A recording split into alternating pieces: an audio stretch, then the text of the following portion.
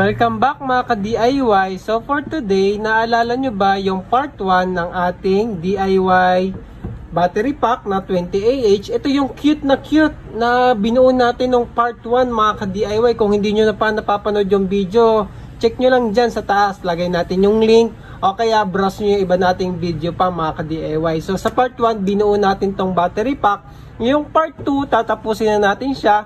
Sabi ko nga, dito ko siya ilalagay at sinukat ko na yan mga ka-DIY.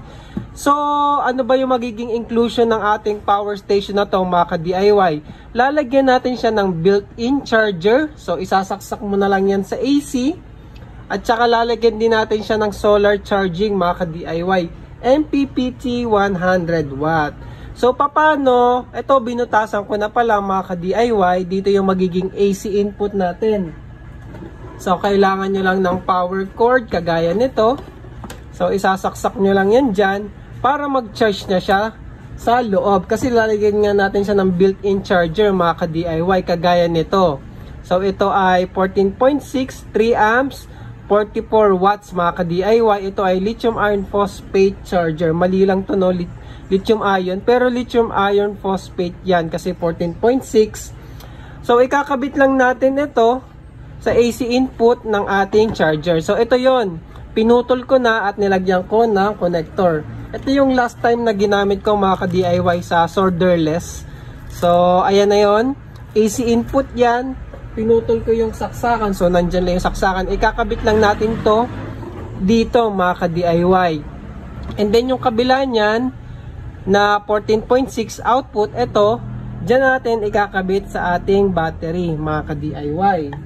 And then, para naman sa ating solar charging, which is dito nga, sa barrel connector na to, ang gagamitin natin ay MPPT charge controller. So, may nahanap ako sa Shopee. Bakit ngayon ko lang to nakita? May ganito pala. Kasi ang cute niya, no? Compact. Sabi, 100 watts. Pero siguro hindi ko gagamitin ng 100 watts. Siguro mga less than, mga 60 watts, ganyan, 50, goods na yan mga ka-DIY. Which is, ang recommended naman natin sa ating battery pack ay 50 to 100. So, yung 60, okay na yan. So, meron siya dito ang PB input. So, i-connect natin yan dito. Kasi yan yung ating saksakan ng solar panel. At yung 14.6, ito naman ay yung i-connect natin sa ating battery mga ka-DIY. So, siya nga pala, itong connector na to, nabibili sa Shopee ganito. Meron ding nabibili na meron ng wire mga ka-DIY. So, ayan siya. Para ikakabit na lang natin yan dito sa ating PB. So, diba? Basic na lang yan mga ka-DIY, wala ka nang hihinangin. Tornilyo na lang. So, meron ka na ang charging input, tapos ito papunta sa battery. So, ayun. Yun ang ating charging option. Meron tayong built-in charger. Ito nga, ilalagay natin dyan. At saka yung solar. Ngayon, sa ating output naman, mga ka-DIY, ayan. Meron tayo ditong voltmeter na merong USB output. Bago to, no? Ngayon ko lang nagamit. Kasi ibang style yung ginagamit ko dati. Voltmeter lang siya. Sa ganitong case, ha? Voltmeter lang na walang USB output. So ngayon naghanap tayo ng compact na voltmeter na merong USB output. Tapos syempre hindi mawawala yung ating DC female na barrel 5.5 by 2.1 para sa ating router at saka para sa ating DC fan. Tapos meron din tayo ditong AC output 220 volts AC. Pero modified sine wave lang yung gagamitin ko dito mga ka-DIY. Hindi kasi kasya ang pure sine wave sa ating mini portable power station. Tapos syempre meron tayong exhaust. Sa ating AC, ang gagamitin ko ay si UBAW 150 watts mga ka-DIY. Kaya ito pala yung recommended ko. Tsaka mas reliable kasi ito kasi meron siyang built-in na exhaust fan. Mas mahal nga lang siya ng konti compared sa mumurahin na 200 watts na modified sine wave mga ka-DIY. Tapos meron din siyang USB just in case kailangan mo pa na extra bukod sa dalawa na nandito sa ating voltmeter. So ayan, maganda dito may exhaust fan. So ito na lang yung gamitin nyo kung gagayahin nyo to mga ka-DIY. So siya nga pala, pinakita ko nakakabit na, no, binutas ko na mga ka-DIY kasi same process lang din naman yan. Kuha lang kayo ng masking tape. idikit nyo dyan mga ka-DIY, and then syempre, i-trace nyo yung mga butas na gagawin nyo. So, mga bilog, square at rectangle. At syempre, kailangan gumamit din kayo nito. Ito, ayan. Ito yung pang-uka natin dyan. Kasi malambot lang naman to, hindi ganun kakapal. Kaya kaya nito mga ka-DIY para maipasok nyo ng maayos itong square at itong rectangle. Yung circle, madali lang kasi ito lang yan mga ka-DIY. So, ayun. Tapos, syempre, i-glue nyo pala yan para hindi naman gagalaw. Lalo ito. Kasi saksak kabit yung ano dyan power cord. So, i-glue nyo yan. Kung wala kayong glue, kahit super glue. Tapos, ayan. Yung mga sinasaksakan kailangan nakadikit para hindi siya mahugot. Kasi luluwag yan mga ka-DIY. So, ayan. Ang magiging arrangement nyan, ayan. Ilalagay natin yung battery dito. Yung ating AC charger dito. At yung ating, tanggalin ko muna to ha, kasi i-extend natin to mga ka-DIY. Ay naku, natanggal. I-extend natin to, kasi hindi na to aabot So, ito naman ay dito mga ka-DIY. So, ayan So, andito yung ating AC charger, yung ating inverter, at syempre, isisiksik pa natin dito yung ating charge controller. Ganyan yung magiging arrangement niya sa loob mga ka-DIY. So, explain na rin natin yung ating wiring diagram. So, ayan. Ito yung ating battery pack, yung blue. Yung ating LiPo4 charger, ito yan. At yung ating, ito, SCC MPPT. So, yan, yung dalawa, yung output nila, rekta lang papunta sa ating battery pack mga ka-DIY. Gamit nga tong connector na to, which is ito, ayan kasama na to nitong MPPT na to, ayan. So, hindi mo na kailangang hininang. Kukonekta na lang natin direkta yung battery at saka yung charger output at SCC output. So, ayan pwedeng sabay yan mga ka-DIY Pero syempre, isa-isa lang para hindi mabigla yung ating battery kasi maliit lang yung ating battery pack para mabalance pa siya nung BMS. Tapos sa output, andito pala, naglagay ako ng maliit na switch. So, ayan yung switch. Ganon din, yung positive niya, i-connect natin yung inverter, positive, USB meter, positive, at yung barrel na dalawa, positive. Yung negative lang yung pinadaan ko sa switch. So, ganon lang siya. Ganyan lang kasimple yung wiring natin mga ka-DIY. So, screenshot nyo na lang para magaya nyo mga ka-DIY. Yan. So, tanggalin ko muna, isa-isa natin buuin. So, unahin natin buuin yung ating USB output. So, yung battery meter natin, ayan, may kasama siyang wire na ganito. So, pinutol ko to, mahaba kasi to.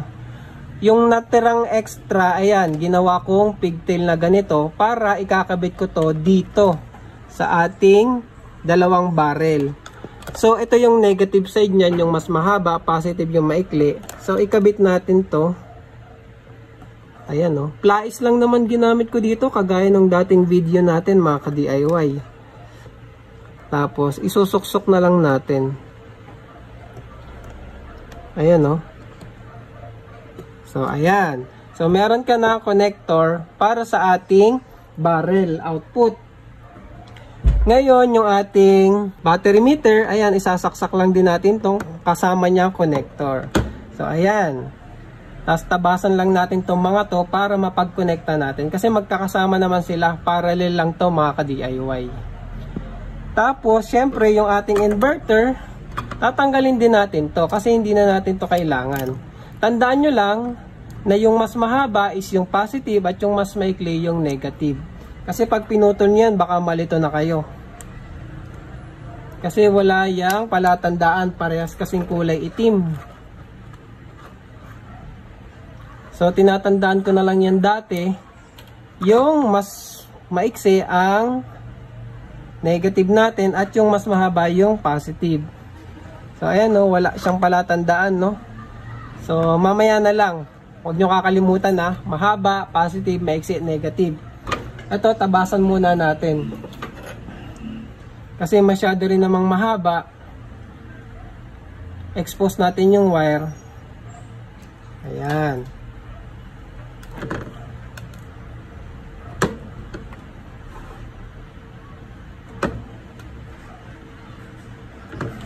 Ayan So, simple lang ipwesto na natin yung battery para at least ma-imagine nyo rin Ayan. Kasi ito, positive. Yung negative yung padadaanin natin sa switch. So, ayan. Tapos, yung inverter natin, yung fan niya nandito sa may baba, no? Kaya dito ko nilagay yung butas ng ating grills para yung hangin nito lalabas lang dyan. Yan, ganyan. Tapos, yung positive, ito yung positive. Pwede ko na itong putulin at ikabit ko na dito.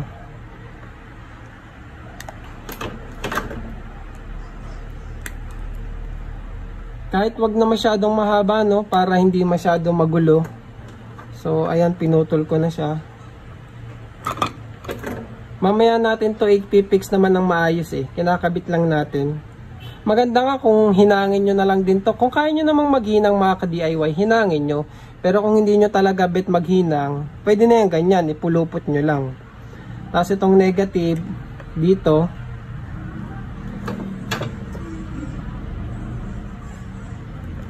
so, pag samasamahin nyo lang yung positive at negative. Ito yun. Ito yung ginagawa natin mga ka-DIY. Positive nila magkakasama, negative nila magkakasama. So, gayahin lang natin ang ating wiring diagram para hindi tayo maliligaw. Yan. So, kung pwede kayo maghinang, hinangin nyo. Kung hindi nyo bet, ganyan. I-connecta nyo lang ng maayos. Ayan. Ngayon, ito, papupuntahin natin dito sa ating switch. Ito naman, rekta na sa ating battery. So, ngayon, ikabit naman natin yung, ito, mga ka-DIY. So, ikabit natin to dun sa ating, ito, sa ating charging input. So, try natin kung papasok ba siya. Pasok dapat yan. Kasi kung hindi, ayan, natupi. Medyo masikip talaga yan sa simula eh. Kasi siyempre unang pasok yan. Kagat na kagat pa siya mga ka-DIY. O, ayun. So ayun, nakabit na natin yung ating AC input. Ayan. So itabi lang natin dyan. Dyan siya. Dyan siya. Yung magkakasya yung ating inverter. Kaso ito may kakabit pa tayo eh. Itong wire na to. Kasi extend natin to. Ito yung kanyang output. I-extend natin to mga ka-DIY. Kasi andito yung ating output. Kailangan natin tong extend. So maya maya na yan. Maya maya. Tapusin muna natin yung ating charging input. So ayan na. Ididikit ko naman to para hindi gagalaw masyado. Pero temporary, itabi muna natin to para at least nakikita nyo na yung pwesto niya. So, ayan, ganyan siya. And then, ito, ikakabit na natin, ito, PB. So, yan yung solar input. Gamit nga ito, ikakabit natin siya. Kailangan nyo lang ng maliit na screwdriver.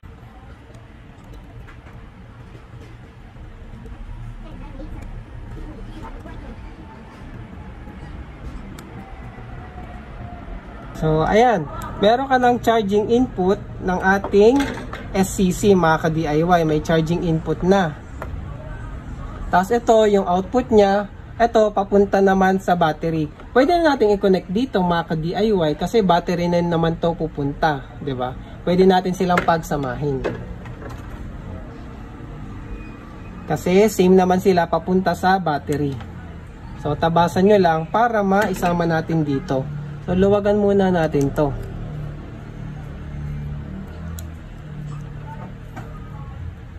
Ay no, maluwag naman siya no. So, ayun mga ka-DIY, diba ito yung sa ating inverter. May nahanap pala ako medyo mahaba galing sa dating switch. Yung switch na kasama nung pure sine wave inverter na nabili ko sa Shopee. So, ayun no, parehas naman siya. So, yun na lang yung gagamitin ko. Hindi ko na kailangang extend. So, isasalpak. Kinabit ko na siya dito, no? Dalawa lang naman yan. AC output. So, ngayon, ikakabit ko na siya dito sa loob. Sa mismong inverter. Siya nga pala, baka magtaka kayo anong protection ng ating power station. So, sa battery, meron tayong BMS.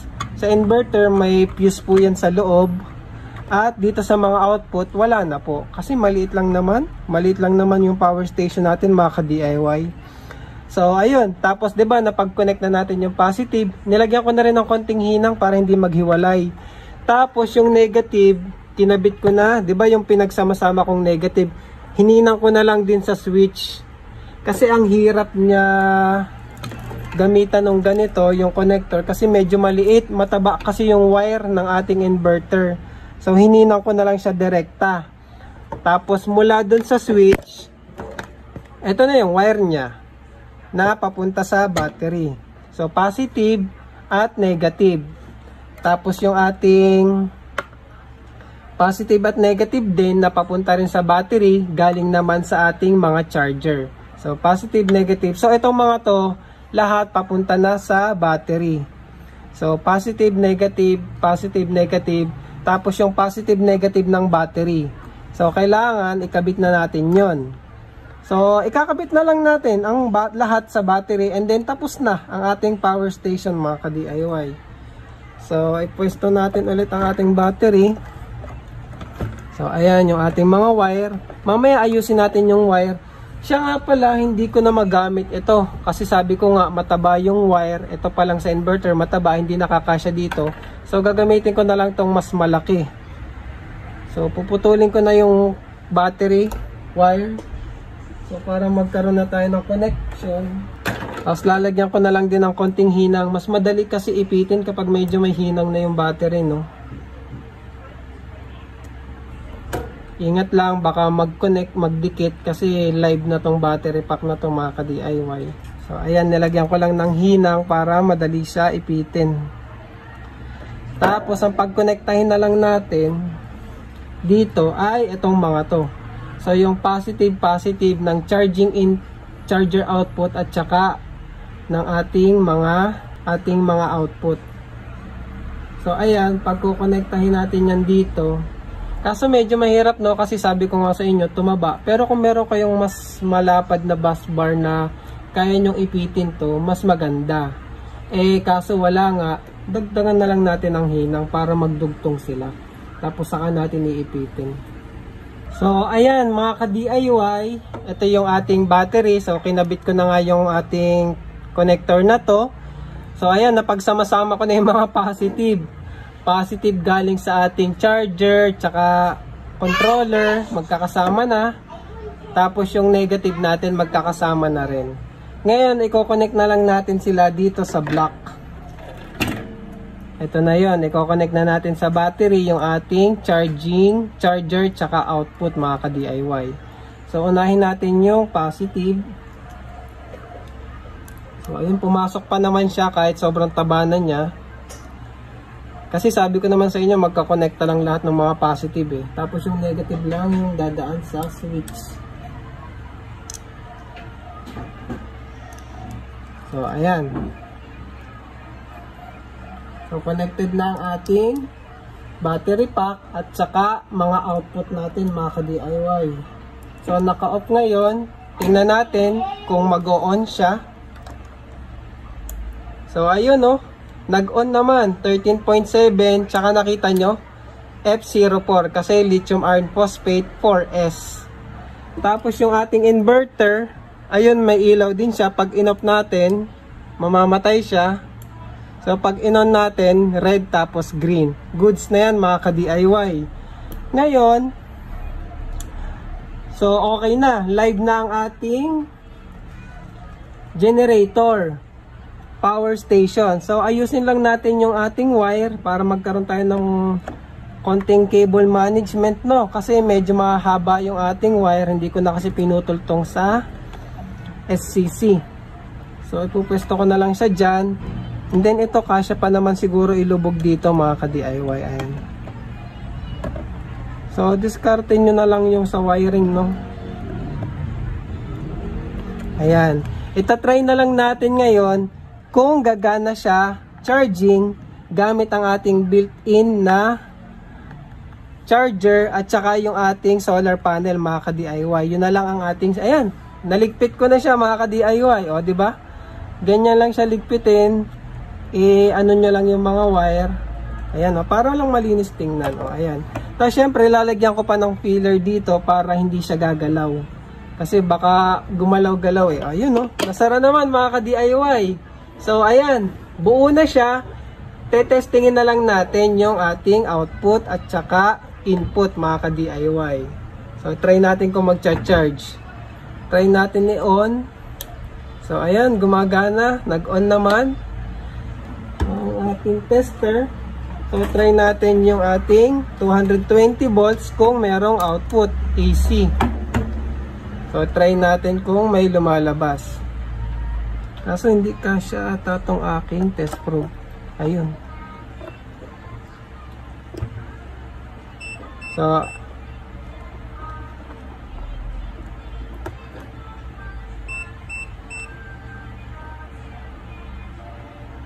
mababa. Ba't ang baba ng output ng ating inverter? So, yung ating inverter, 190 lang yung output, no?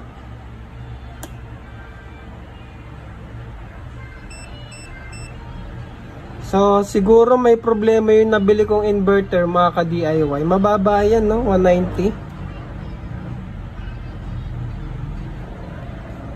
Tapos, try naman natin yung ating DC output kung meron. So, punta tayo sa ito, try naman natin to kung meron. So ayan, meron siyang 13.6 mga ka-DIY. Yung kabila 13.6, 13.5, 0.8. So goods yung ating output. Yung AC lang natin yung may problema, no, mababa yung output niya. Try nga ulit natin. Bakit hindi siya umabot ng 220. So, nasa 190 volts lang siya mga ka-DIY. So, ayun lang. May problema yung ating inverter or siguro talagang mababa lang yung output niya. Ayun mga ka-DIY, try naman natin siya i-charge. Isaksak natin to sa gilid. And then, meron ako ditong wattmeter para makita natin yung charging niya. So, ayan. Nasa 40 watts. Yun naman yung ating charger eh. Nasa 44 watts yun mga ka-DIY. So, charging na siya mga ka-DIY. Tingnan din natin yung ating voltage. Ayun, tumataas mga ka-DIY. So, nag 13.9 kasi charging siya. So, ayun. Working ang ating built-in na charger mga ka-DIY. So, try natin yung solar. Kung magcha-charge. Kaso, gabi na, gagamitin ko na lang tong variable power supply na to mga ka-DIY.